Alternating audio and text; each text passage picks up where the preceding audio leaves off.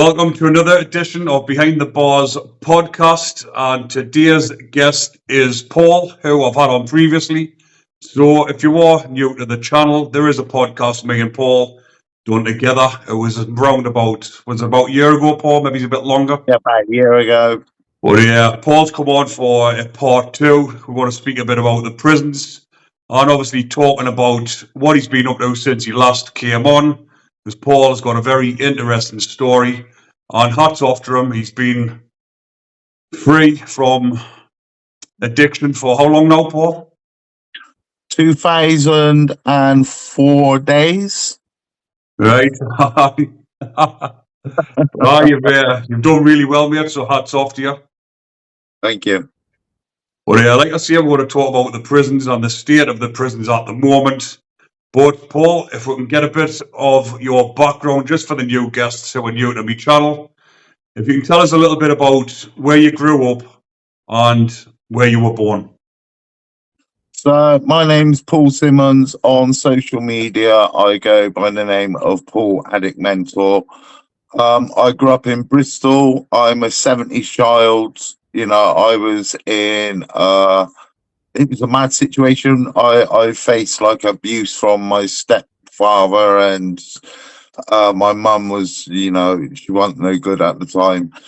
I went from home to the care system to reform school to prison, and I hit prison in the early 90s and didn't leave officially until 2021. So I spent the total amount of 22 years behind bars, and yeah, it was pretty chaotic.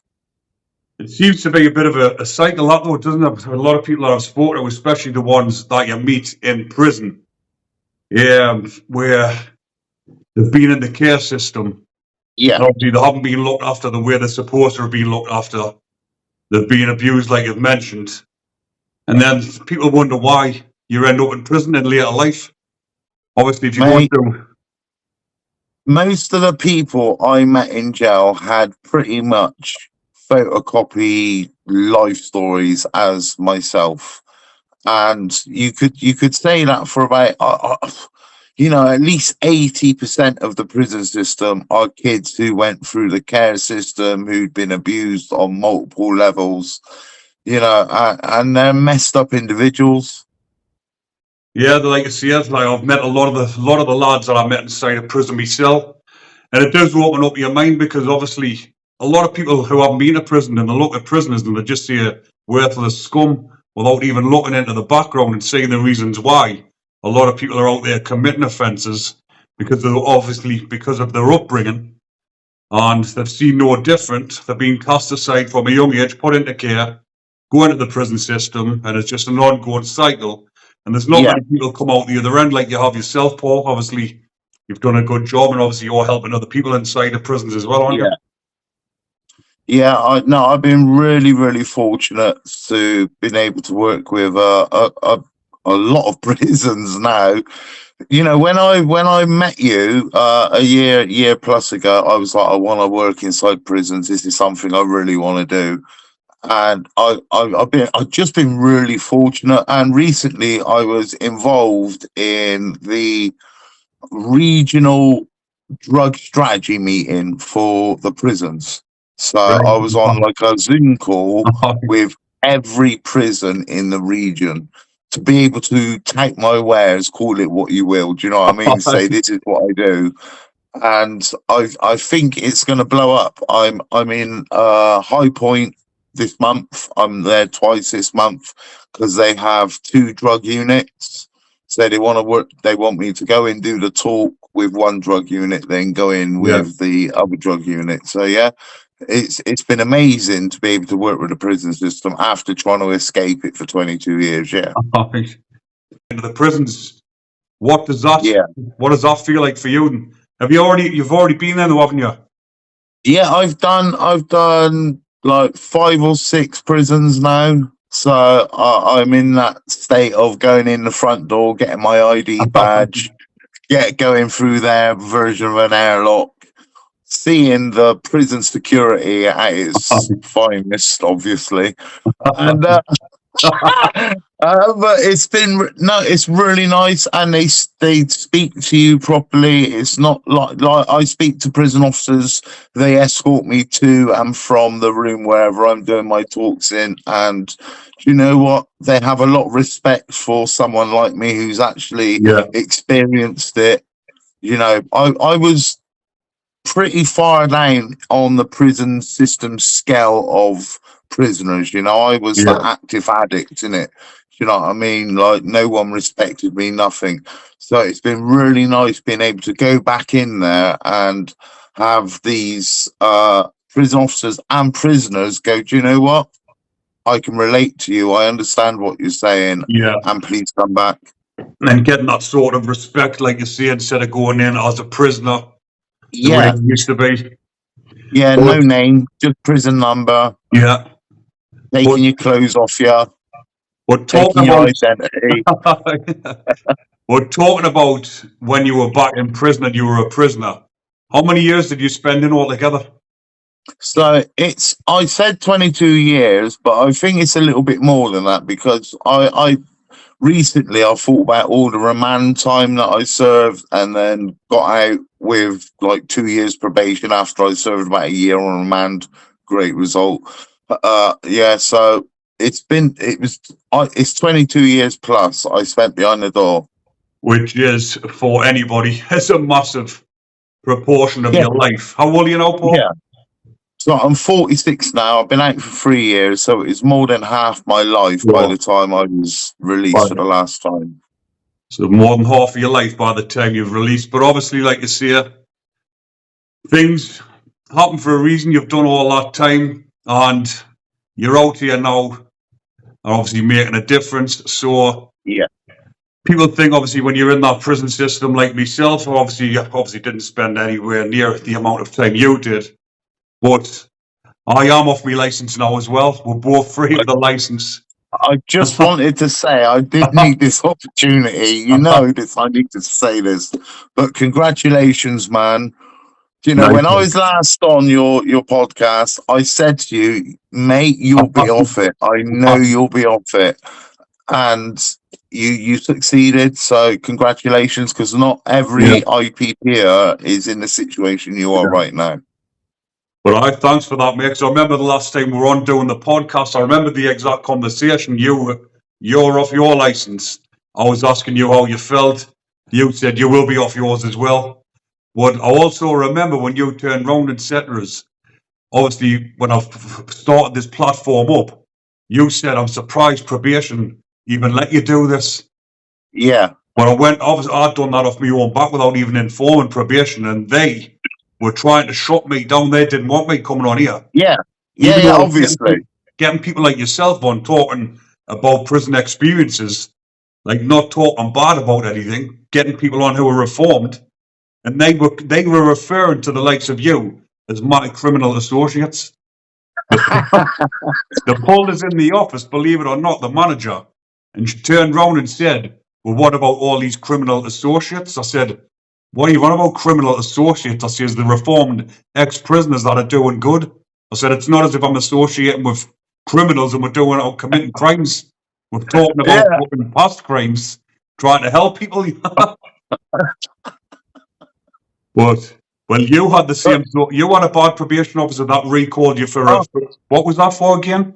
Yeah, no. So I had a probation officer who was all up in me and stuff, and they were on my social media. I had a public platform. I still do, and I wrote on there, I feel probation and social services are trying to conspire to send me back to prison. And within a week, I was recalled for exactly that comment.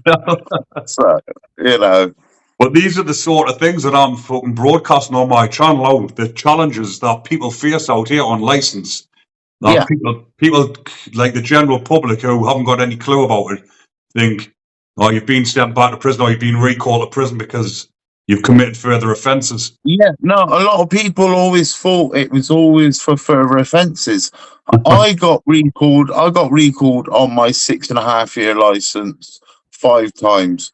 Only once was that for further offences. All the other times were for what they would call license breaches. But it was very. They were minor things, staying out overnight because you're going to a party. But part of your license is you need to be sleeping at your premises every night. Really? Yeah, so it can get really bad. I've got a friend who's in Portland at the moment. He's in jail for some mad stupidness. He sent a photo over social media, and he ended up with a 3.5. Never done a day in his life, right? And right now they're oohing and ahhing about whether he should go back to his home and stuff. And I said to him, innit, because he was like, "Oh, I'm not going to go to a hostel." And I said, "Dude, whatever they say to you, you just do." You've got to open your eyes. Because it's not like you can flex your muscles with probation, because probation will just literally go, "All right, he's not complying with his license," and you're going back to prison. Well, I had exactly that before, like all this year leading up, because they knew that I was getting off my license, and they pushed every button possible. Yeah, of course. Had us in the office, even though I was going into a school teaching kids about prison. I was going into changing lives. Everything I was doing good stuff in the community.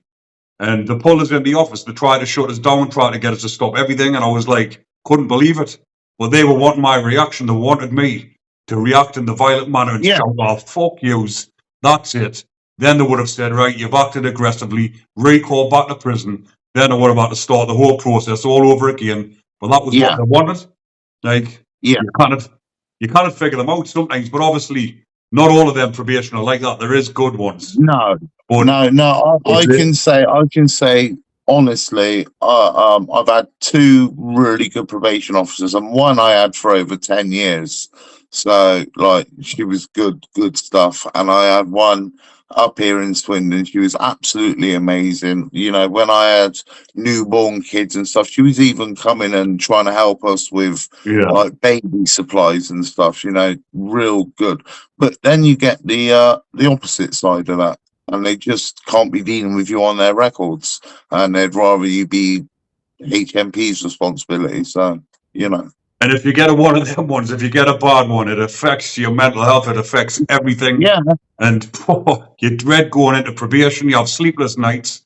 And it's just, this is what I've done a little bit of a video earlier on, what I'm going to put on for the IPPs, because the ones that are still in prison, they could realistically, the IPP's finishing for a lot of people. But these ones that are still in prison could potentially be on it for the rest of their life, because they've got to do 2 years without a recall. So if they keep getting recalled every year, it's just going to be ongoing for the rest of their lives. So I've done a little bit of a video telling them, like, you need to just get out here, keep your head screwed on, because a lot of them, they haven't been released from prison yet. They've been in for 15, 16 years on some of them on a 6-month tariff. Well, me and you both know, if you're not conforming with the system and doing what they want, you're not going to get out. No, you're not. You're not at all. Because IPP, as most people in jail, when you talk about IPP, you just talk about lifers. You talk about lifers because that's you're doing a life sentence, and that means you cannot slip up at any point in that sentence. Because any point they write something in your file, do you know what I mean? And that's you. That's you not back for another couple of years. So it's really important that they conform. But like when I was saying as well, when I was talking about this one on a previous video, the likes of that Charles Bronson, who's obviously the UK's most notorious prisoner. Yeah.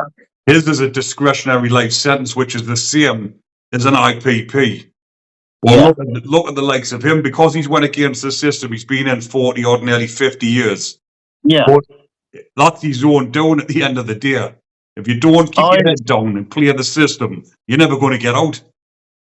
So, as you know, Ricky, I'm social media, and I do TikTok, Facebook. I do all of those platforms.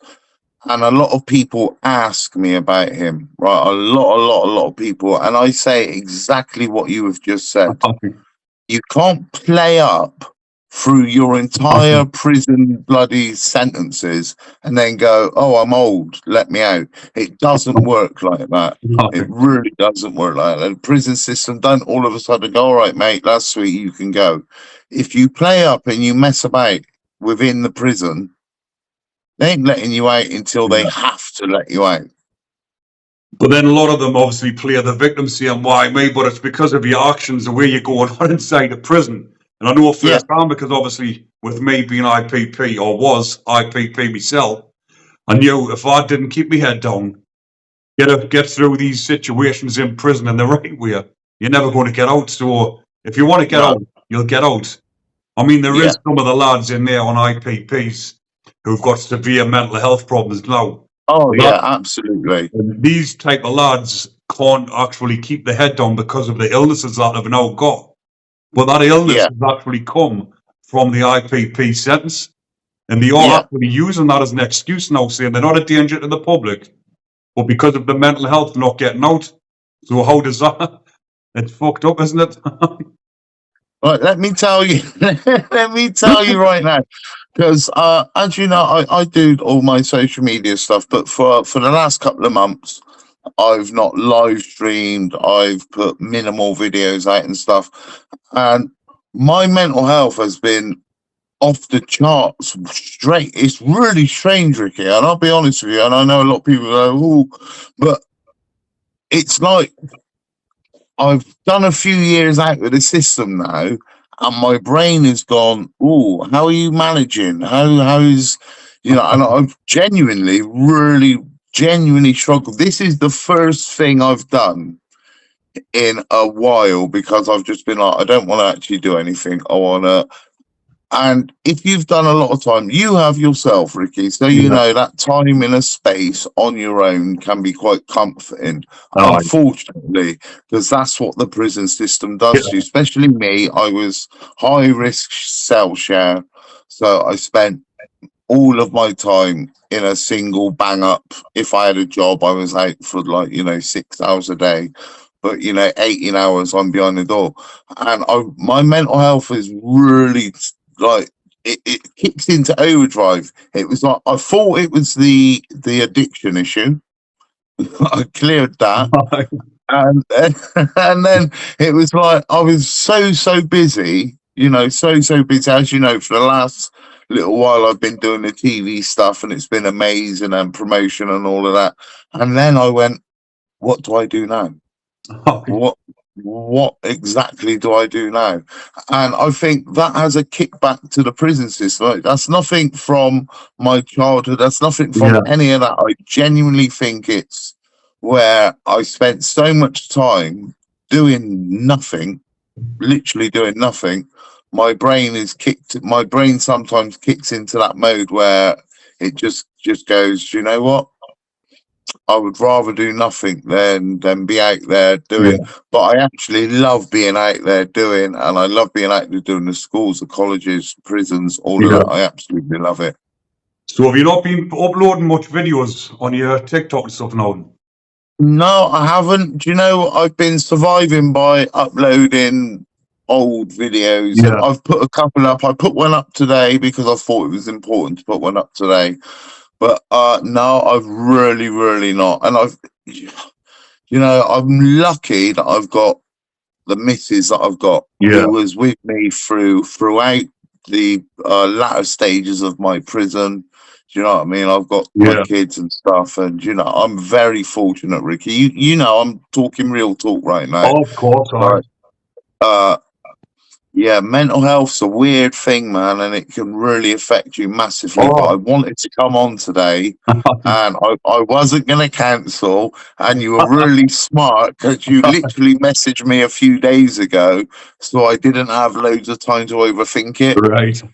So, well, I sort of know what you mean, like sometimes with uploading stuff not every day, because YouTube and TikTok and that, it can take over your life.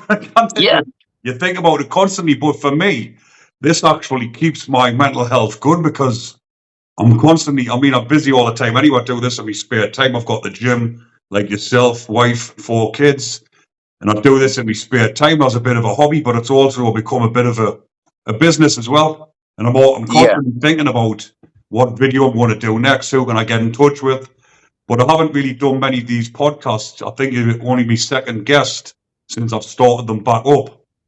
And that was a bit like yourself. I couldn't really be bothered, but I was still doing my own little videos just to keep it ticking yeah, over. But yeah. I know what you mean. Sometimes like you can't really be bothered, but I will share your links on here as well, Paul, so people can. Thank you so much. But just keep doing your videos because obviously they're helping a lot of people. And I Yeah, think, no, I get a lot of messages daily. Now, when I say a lot of message, I mean at least 100 inboxes I get a day from all over the place. You know, if they've not seen a video, if they've not seen me live, if they just want a bit of help, and that's why I feel I need to get back to it. I need to start. It's not just for other people. I think it's a bit for me, really, just Right. making sure that I feel like I'm doing something in the Well, world. it's a purpose as well for you, isn't it? It's a bit like myself, Yeah, yeah, the mental health group that I run in my gym. It's like a purpose knowing that you're helping other people.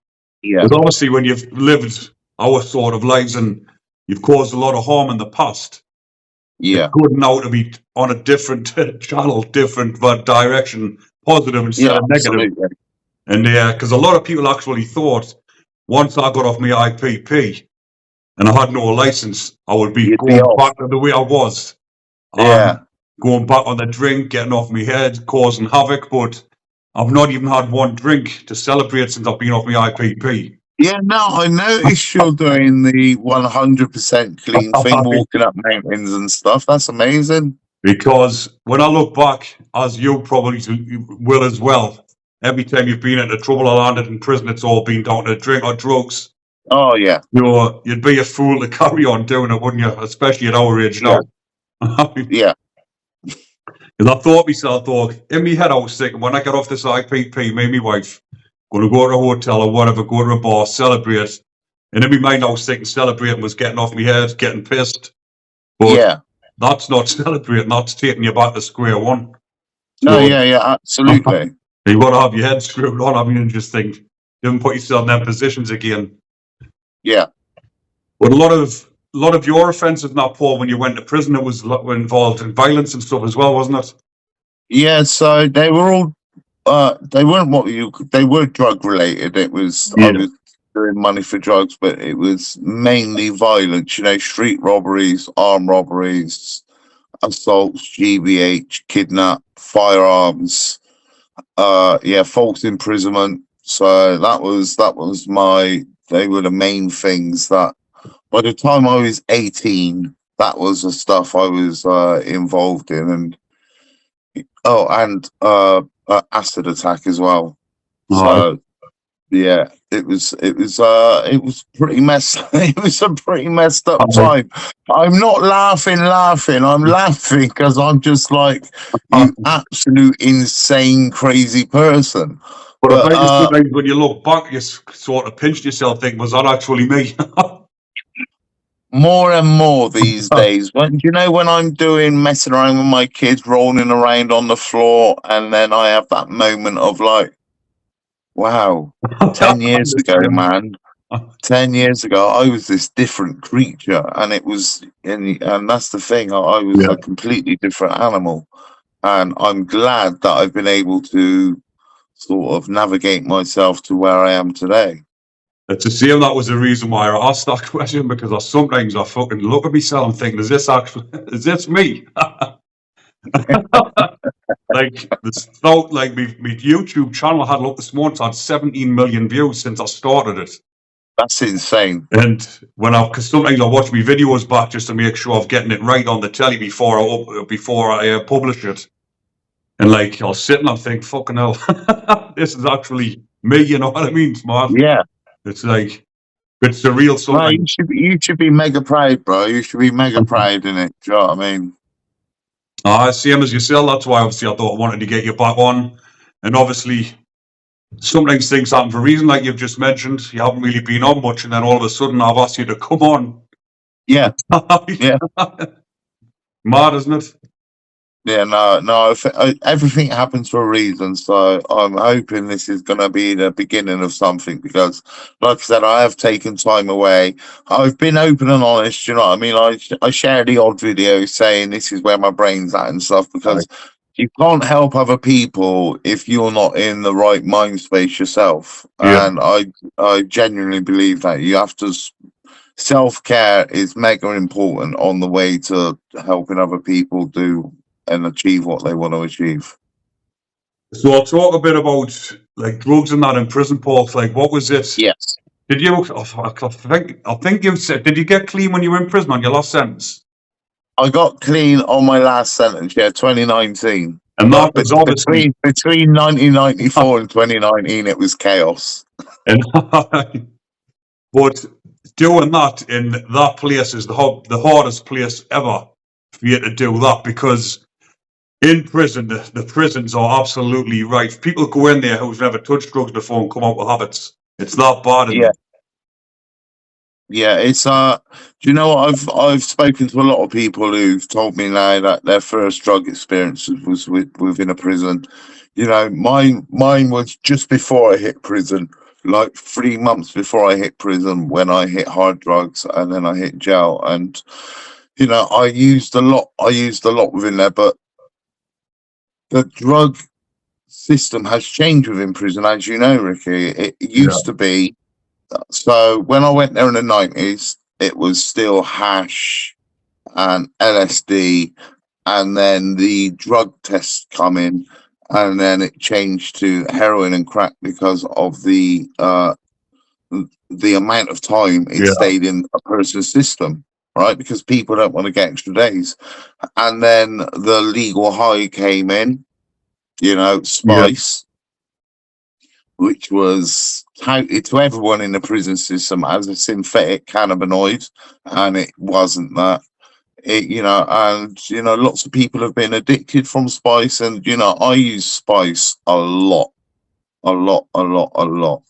So I have a first-hand experience of how messed up you can become by smoking that crap within the prison. Oh, it's absolutely ruthless, that one, isn't it? I mean, I've seen a lot of lads in there, and I would look at them and I'm thinking, like, because I've never took that myself and nothing like that. And I look at them, I was thinking, I did ask one of the lads who was next door, as I says, what are you getting out of that? Like, why are you doing it? Because he's smoking it and he's on his bed, buckled, can't move.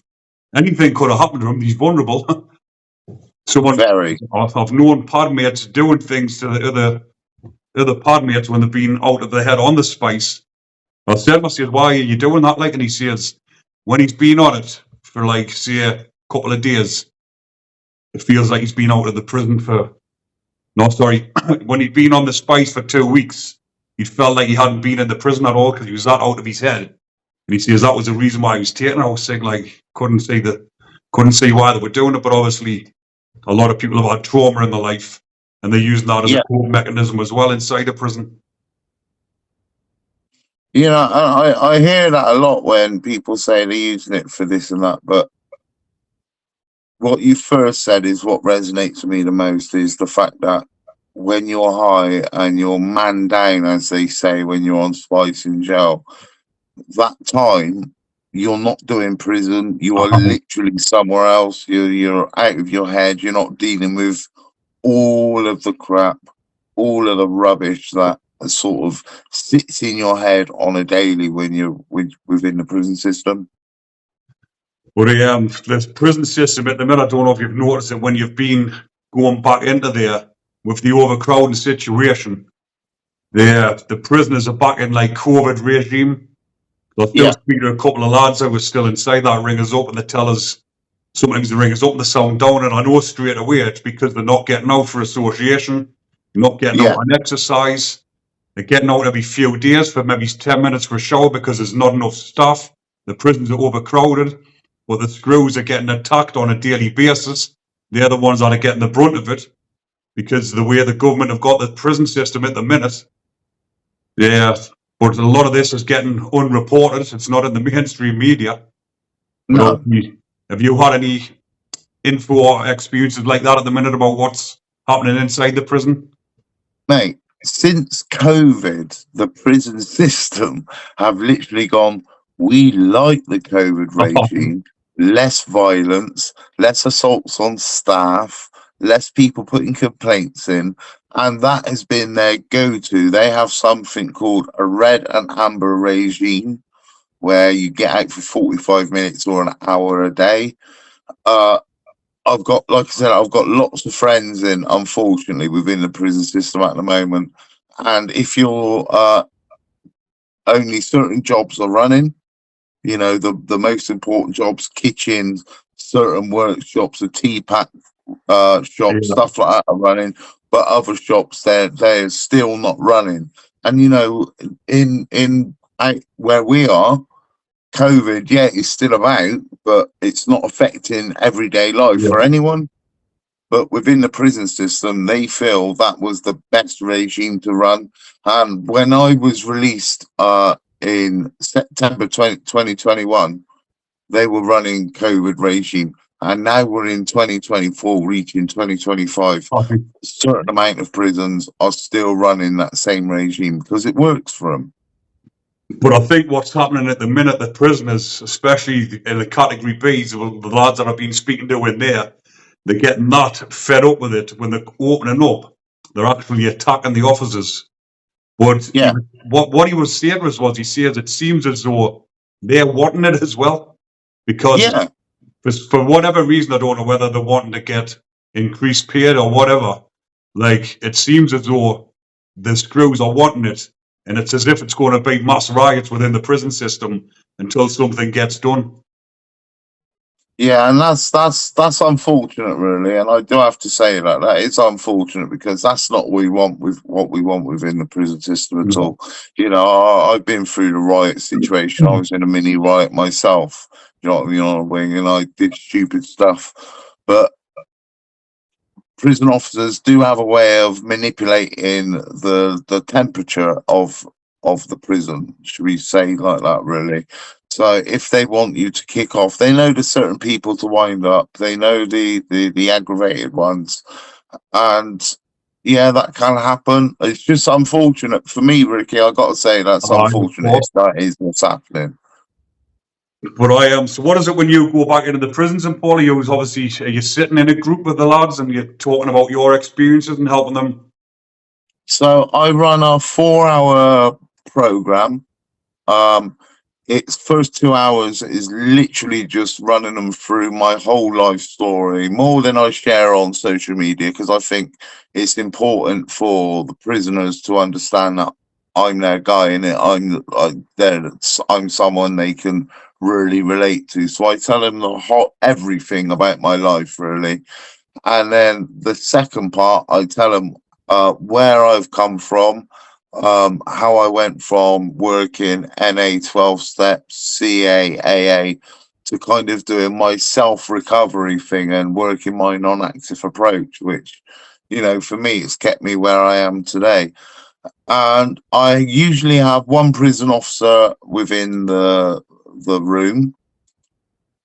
They don't get involved. The lads kind of really get involved. There's lots of Q&As, lots of backwards and forwards, but it's the best thing I've done since coming out of jail, the prison talks, because, you know, when you've got other prisoners, you know, and who I know where they are right now, I see their pupils and shit like that. You know what I mean? And I'm like, and when they come back and say, mate, I can really relate to that. You've really given me something to think on. Even if they go back and only think on it for half an hour and get back to doing what they're doing, I know I've impacted in some small way. Well, that's it. You've done your job. You've tried to help, and it will obviously get through, because obviously there's no better person for it to come from than someone that's been in that position. And obviously when you're sitting there with the lads, you'll feel like one of them, you know what I mean? Sitting with the lads, having a bit of banter. And then they'll be looking at you. It does feel like that as well. It genuinely does feel like when I'm sat with them, I'm like, oh, back on the wing, we're having a little bit of banter, like, do you know what I mean? But then I'm like, oh yeah, remember where you are a minute. Back to your pod, Paul. Oh, yeah. So one of the prison talks I did, I was with two other girls, and they were like, "Do you want a little tour of the prison?" And we're like, "Sweet, sweet, yeah, yeah, yeah, yeah." And these two other girls that are from another charity, and they were like, the prison officers were like, "Do you want to go in the cell and get the door locked?" And they were like, "Yeah, yeah." I was like, "Bro, I've done that enough. I am good." No more times behind the door. No, thank you. No, thank you. But I was going to talk about as well, Paul. Obviously, it's been mainstream headlines, all the situation with the protesters inside of prison. I think all that's been blown out of proportion as well. It seems like they've got one agenda which is trying to divide, but I think what they're trying to do is get everyone to protest and make it look as though it's something to do with race. But I think, Yeah. from my point of view, it's all to do with the government and the way that they're running it. What's Yeah. your views on that as well? And Oh, Ricky, you come with me with a question I didn't think you were going to ask me, really. Do you know what? It seems like they're sending some odd people to prison. That's the first thing I've noticed, right? Like, now, and people are going, because they've gone, we need to empty all these prison cells, right, for all of these protesters. I don't care how many protesters you think you've nicked. You ain't nicked that many, right? That's the very first thing. But is it about race? I don't think it's about race. I think it's more about what people's ideas of the UK should be. Yeah. Ricky, it's one of them situations. Well, it is. It's like a tricky one because, like I see it, I think it's all to do with the government, but the way that they try and portray it, it's like people are afraid to speak about certain things. Yeah, Like, no, I believe in freedom of speech. I believe that fully. Whether it's fucking Tommy Robinson or anyone else, you have to be able to say what you believe in and what you feel. Right. So that is one thing, and I don't think what I didn't like was seeing these so-called protesters getting arrested and within a few days being convicted. Right. Sitting in prison within a week. Yeah, that for me, I was like, mate, I know the prison system. I know the way the court system works. I know the paperwork that has to be involved. I know all of this stuff. Usually it used to take over a year. Now it takes, like, 5, 6 months to get through the courts. But how does it only take a week? With a week, but with the backlog as well after COVID, some lads are sitting in there for 12 to 18 months waiting for a trial. Well, you had the fast track them through, and a lot of them, like you'll know yourself, some of them, older blokes as well, idiots sitting home, probably pissed up, not meaning what they're saying on these Facebook posts. No. They could have just given them community service and a suspended sentence. Yeah. But then they're chucking them in there, and they've never been to prison in their lives, and they're putting them in Part B prisons as well, which is madness. And we know we've had a suicide, from one of those, as well.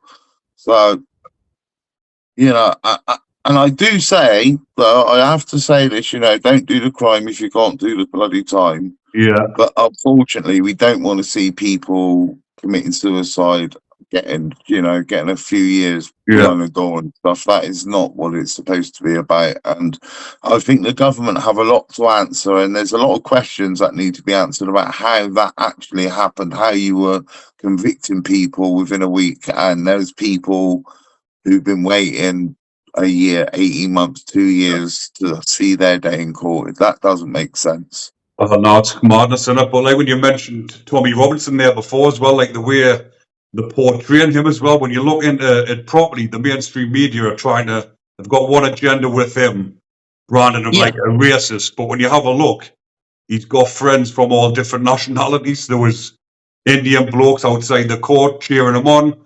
And it's like, they didn't show that on the news, the BBC news or anything, but they showed it on the different YouTube channels and stuff. Yeah. So it's Yeah. like, what's going on behind the scenes there as well? Well, obviously, and I have to be careful with this because I've got media and stuff and media Yeah, interests and stuff. But the true matter is, like mainstream media show you half of a story. They yeah. show you the half of the story that they want to show you, and unfortunately, a lot of people get sucked in by that, and that's why so many Gen Zs now watch their social media as their news.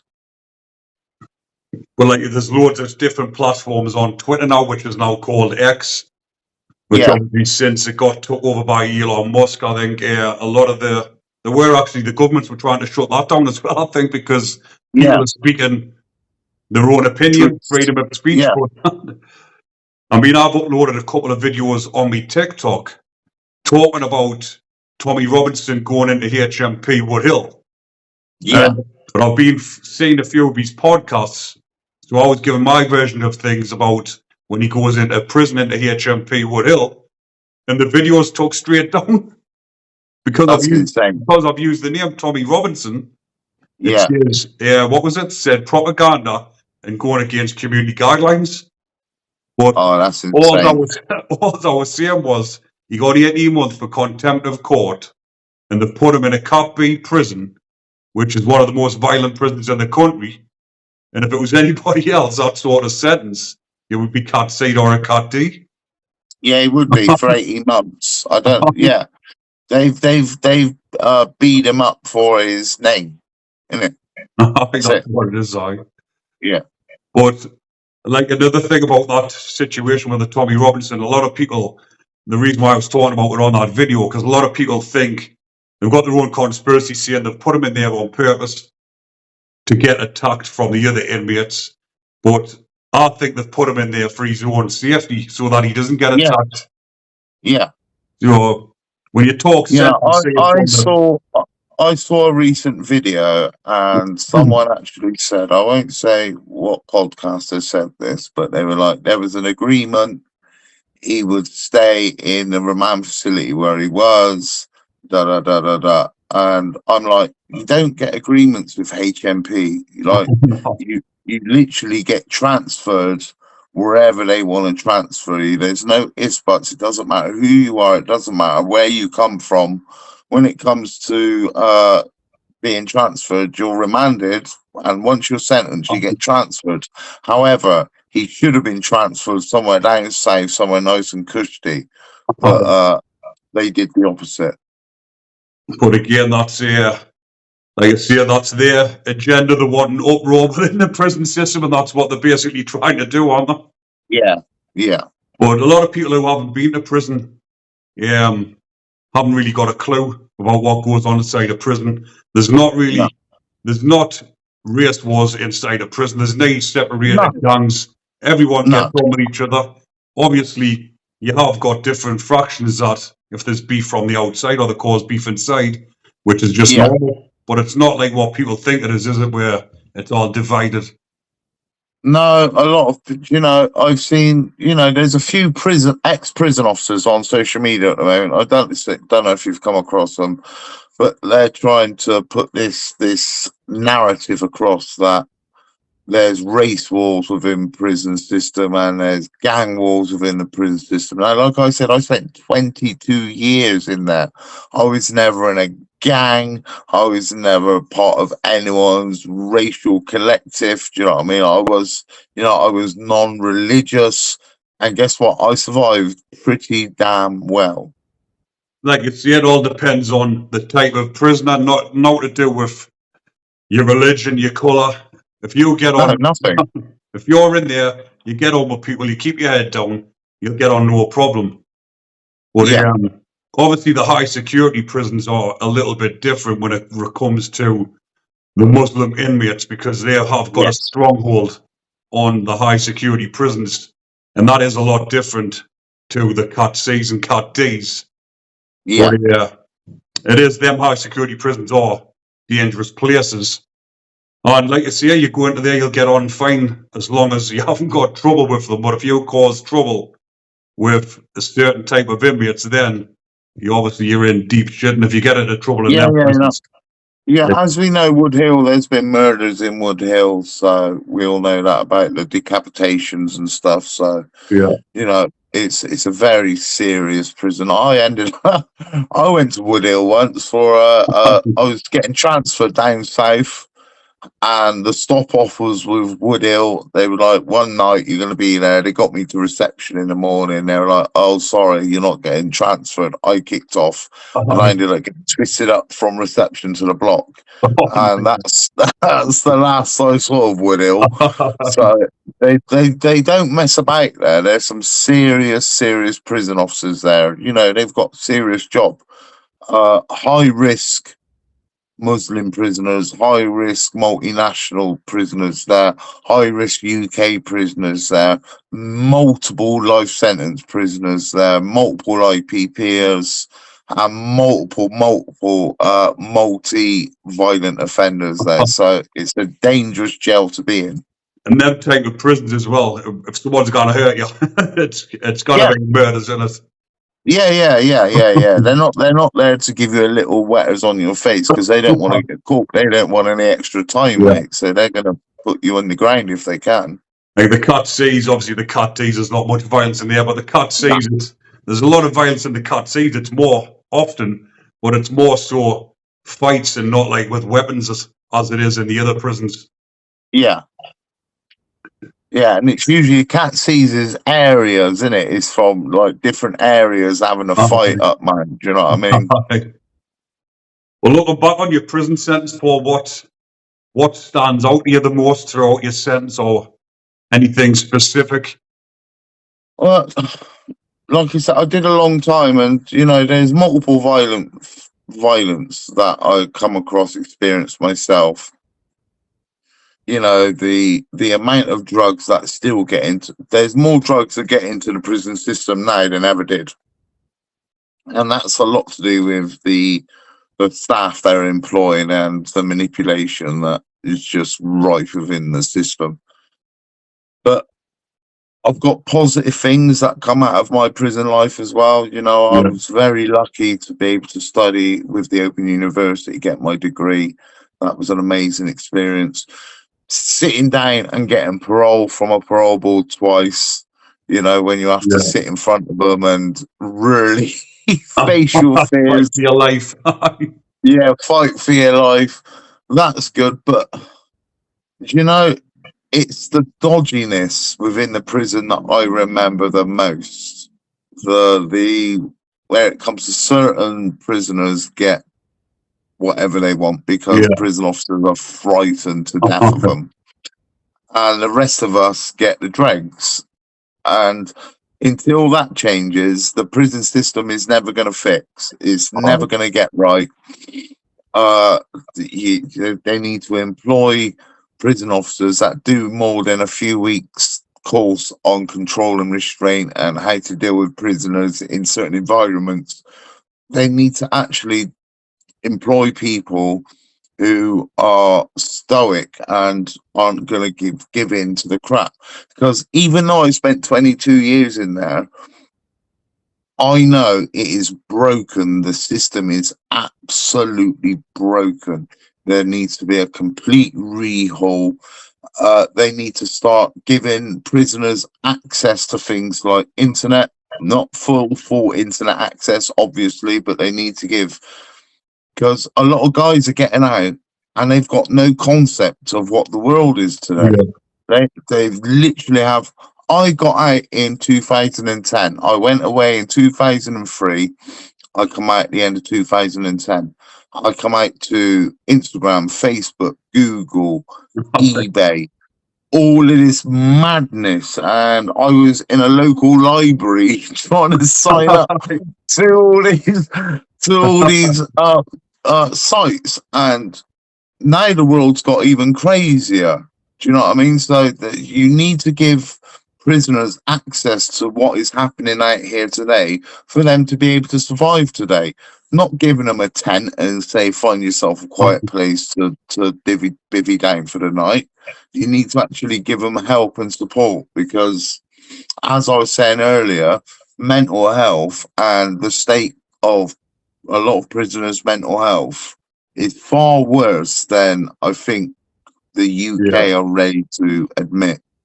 I think the same as well. I think that they should have bigger prisons with training facilities where the prisoners that do want to change, that want to get a job, they should be able to go. Maybe it's not like enhanced prisoners get an option to Yeah, go to this facility where they can train to get a job, do CSCS cards, and have, yeah, like you mentioned, they have an opportunity for when they come out to get straight into something.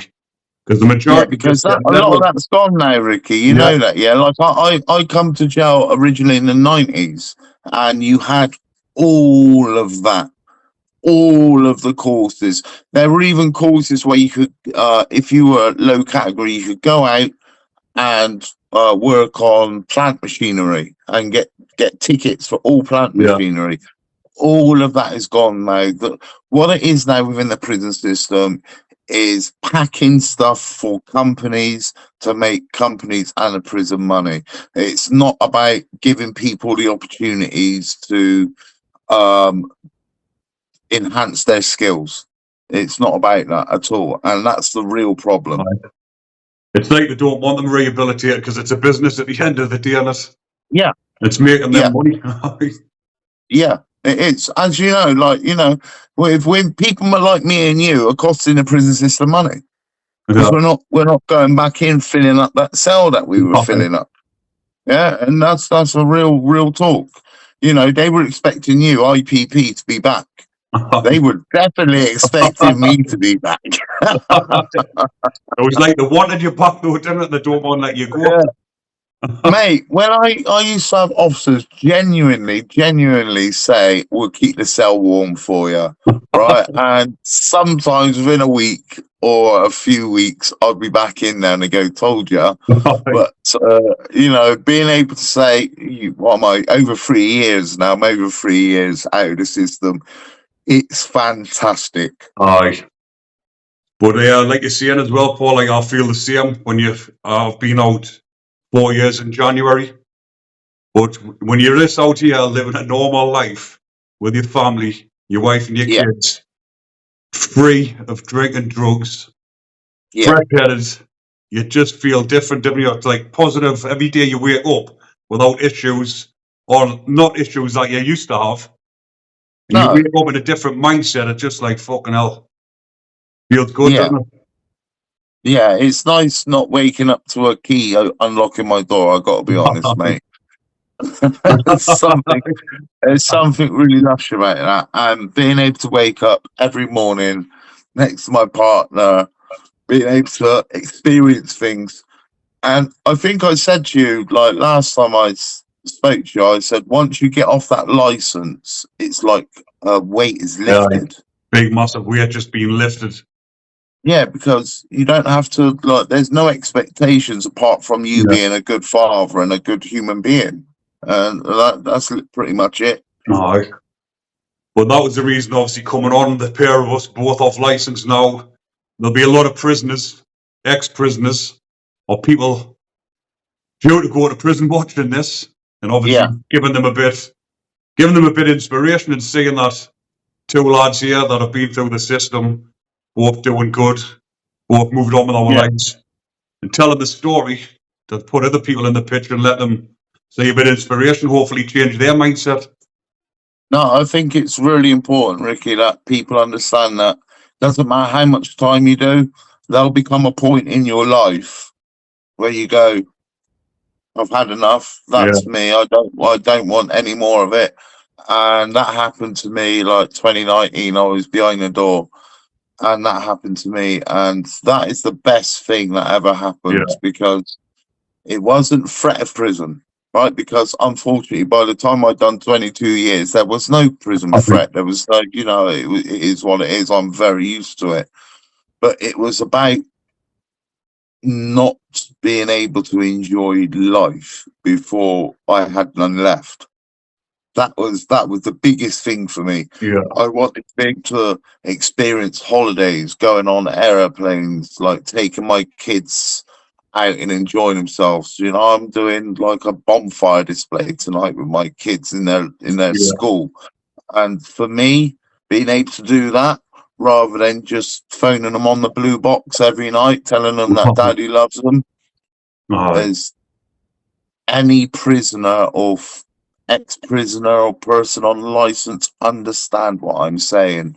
There is no better experience in life than just appreciating what you have out here. Because in there, and I say this to guys every time I do a prison talk, I say jail is dead. It's dead. It's, you know, it's Groundhog Day, isn't it, Ricky? Oh, it is the same thing every day. Like you say, it's just a total waste of life. But yeah, obviously, when you're on this path now, you're on the right path on that as well. What we will talk about, we'll finish off by talking about this as well. It's not all roses as well. You still have struggles out here. Yeah, man. Yeah. What struggles have you encountered, Paul? That's been a bit of a challenge for you. You know, when I first come home, I didn't know about council tax. I didn't know about paying bills. I didn't know about any of that. I got in debt quite early doors, managing to sort it out now and repay what I didn't pay and stuff. I found that really difficult. For me, my partner works, so I'm the stay-at-home dad, which means I have to do the cooking, the cleaning, and do the school runs and stuff. And with school runs becomes being around other parents, be it in that sort of environment. I find that still today, I find that very difficult.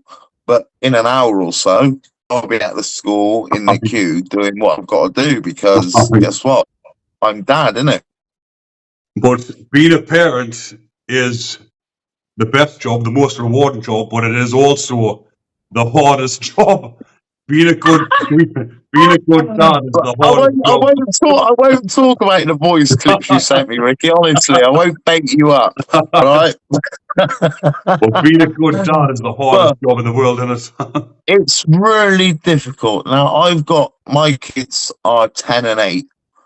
Right, and they're at argumentative age. They're at, you know, slag each other off age, talk to each other badly age. But I just think they're not going through what I went through. I tell them off, but, you know, I don't scream at my kids or anything like that. But, dude, I know, like I said, tonight, it's the day after bonfire night. We're going to a little display. It's going to be amazing. They're going to have an amazing time. And I'm going to think, I used to watch fireworks out of my cell window. Do you know what I mean? The only bangs you hear was the fucking of the prisoners kicking the shit out the doors.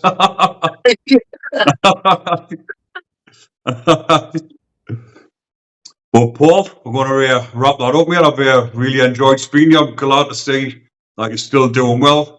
Family's doing well, and you're smashing life. Obviously, you've got things coming up with the TV and stuff, so keep at it. Keep on the right track, mate. You will inspire a lot of people along the way.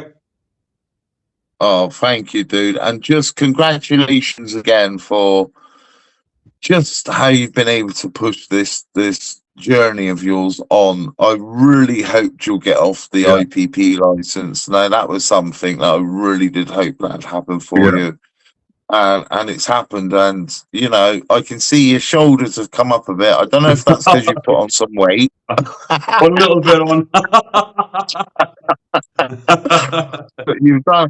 You should be so proud of yourself, Ricky. And I genuinely mean that. You should be really proud of yourself. And big love to you and your family, man. You as well, mate. Nice one, but it's been really nice speaking to you, mate. So we will speak again in the future, mate. Obviously, we're in touch anyway, but we will. Yeah, another chat on here at some point. So take care, mate. Bless, peace, love, and unity, man.